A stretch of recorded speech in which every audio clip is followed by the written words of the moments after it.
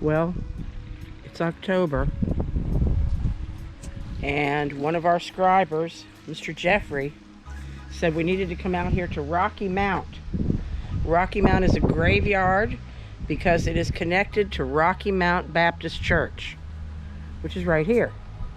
Now, this church, there was a tornado that came through. We were in Meriwether County, Georgia. A tornado came through, and you see the church no longer has a steeple. The roof sustained some damage, and the steeple is back here. And Mark is looking for, we were told there is a baptismal somewhere behind the church that is spring fed. We discovered there are two Rocky Mount churches. One is Baptist, one is Methodist. Let's take a look at the Baptist church and then go back on our playlist and look for this really cool baptismal we found behind the nearby Methodist church. We'll put a link in the description. I wanted to show you the steeple separated from the church. All right, I'm going to turn this GoPro off for a minute so we can hunt for this baptismal. Hopefully they're going to get their steeple put back up soon. But the steeple is separate from the church, but probably only temporarily. Church with a separated steeple.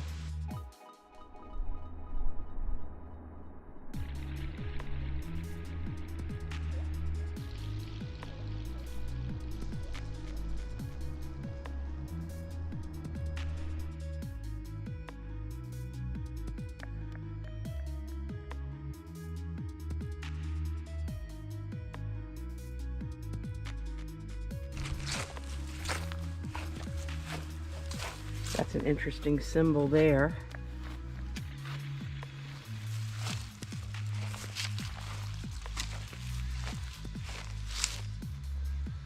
Maddie Perkins, let the work I've done speak for me. Walk around this graveyard a little bit. Well, if anybody knows where that baptismal is, leave a comment and we'll come back.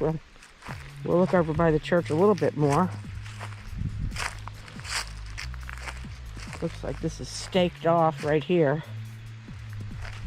Don't want to go too deep in the woods. Mother Luella, Father Luther, Eccles, Mary Williams,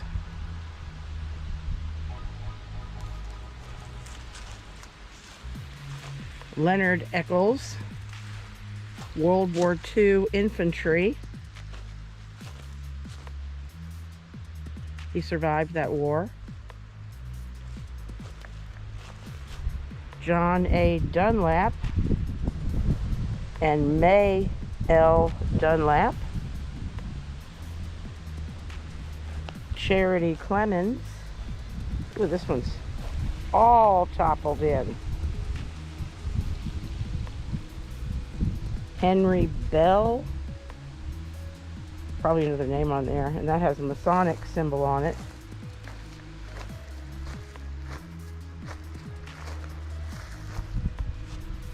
Dunlap, Mary Emma Dunlap. In researching the Dunlap family in Meriwether County, Georgia, the only real accounting we can find for this family comes from a Joseph Dunlap, who owned a dozen slaves or more in Meriwether County in the 1850s. This is a very frequent occurrence in the South where slaves took on the last name of their owners. So, being as this particular graveyard is of African American descent, we can assume that several of these family names, Dunlap, Trammell, Moss, were all given names as these descendants were likely slaves in the area.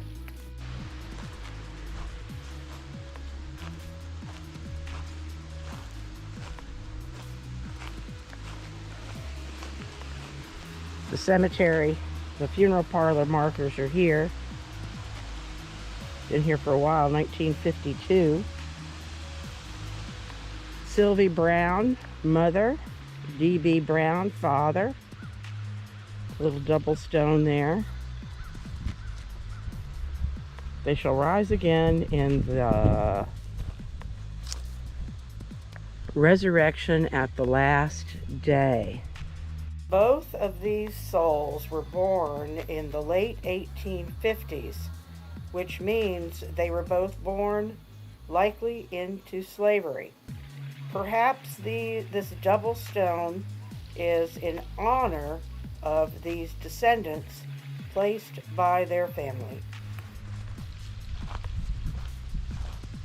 Looks like there's still a lot of space here for future interments.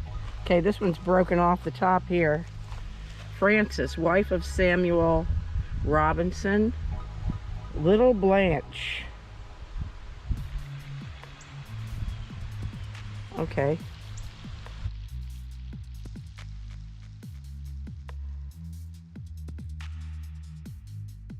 That broke off of there.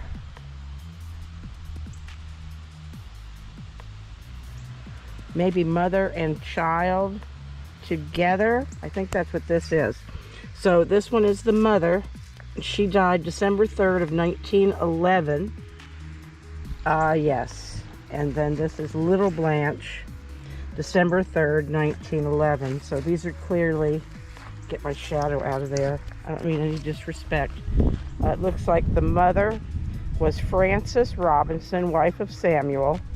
She was born in 1828 and she died in 1911 on December 3rd, the day that she, let's see, no, 1904. Oh, wait a minute, that's not in childbirth. Huh. That's not in childbirth, but maybe an accident, car accident or something like this. 1911 or sickness. So this is interesting, Mark. Look. You got the wife, and then it says Little Blanche, and the death dates are the same, but the birth dates are not. And actually, you're making a shadow, honey. She was born in 1838, I believe that's saying, to 1911, 60, 71 years old. And then this, maybe it was a granddaughter. Maiden name is Barber. Yes, there's a bunch of Barbers. That's what we're looking for, some Barbers. But this is very interesting here. They had the same death day. She was 73,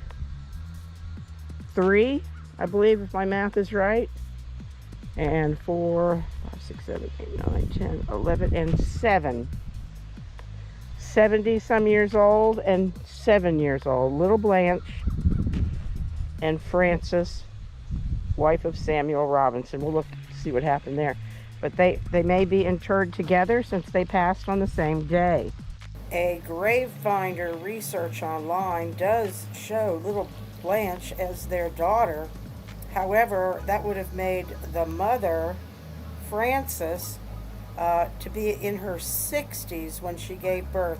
So the math is a little unusual. If anybody knows the story here, these stones really hold quite a mystery. That's what that seems to me. I thought it was childbirth, but the woman's name is 70 some years different, so that wouldn't be right. Mr. Mark Reeves. Okay, Reeves is another family name we were told to look for. Mr. Mark Reeves. There's a Strickland out here. Oh, Strickland. So if you take our Moonshine Murder and Mahaley tour, we talk about the Stricklands. Tom Strickland was drove one of the getaway cars in the Murder in Coweta County story. Oh, this one's departed date is tomorrow. Would have been passed away from 79 to now, 40 some years ago. Tomorrow, October 3rd. Today is October 2nd. Alexander Leverett. I'm filming this one because it's a little bit larger stone. I don't know what that is, some sort of a bug thing. Precious in the sight of the Lord is the death of his saints. Leverett. Pardon me, guys. All right. Strickland, J.O. Strickland. Are you sure we're at the right church? Yes.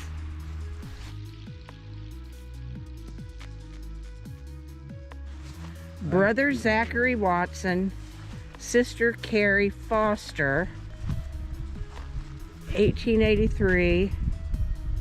Oh, here's one. I don't know how this is going. Here's an interesting stone. Brother Zachary was born in 1881 and died in 1939, September 3rd. Sister Carrie Foster, October 9, 1883. They were 2 years apart, and they died 2 days apart, September 1st of 1931. Here again, was there some sort of an accident or an illness that these two souls would depart so close together, just a few days? And I'm assuming they rest here together at the graveyard.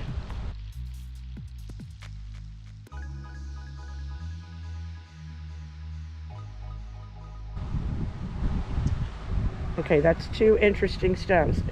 They always say that there's always a story. The tombstones tell a story. And this one certainly does. Brother and sister. Looks like sister might have been married, but somehow or another they passed away just a few days apart. This looks like maybe, well, no, that's a different. I'm not sure if these two stones are related. So let me take a quick still shot and we'll come back to this one. This is just from last year.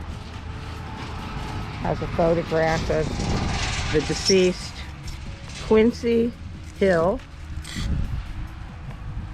And I saw this, I thought it was sort of interesting. It says, "Mr. I'm so happy." Interesting. Must be very happy to be with his Lord. And then we have some other interesting stones here. There's one. This one must have been a truck driver. Got a rig. Hance Hill, James Hance Hill, beloved brother.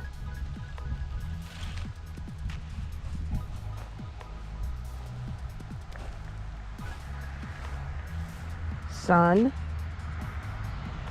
mother, daddy, Hill, these are all the Hills. Elsie Mae Hill Robinson, beloved mother, and sister.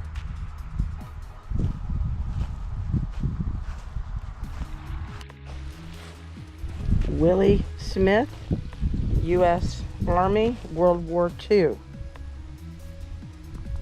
There are Phillips family here. Father, son, brother, uncle, and friend. Robert Ellis Phillips.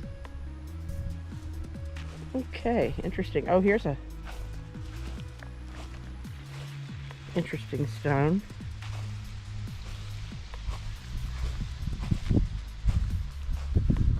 Gwendolyn Rosser, interred in 1981. Charles Perry, Catherine Perry.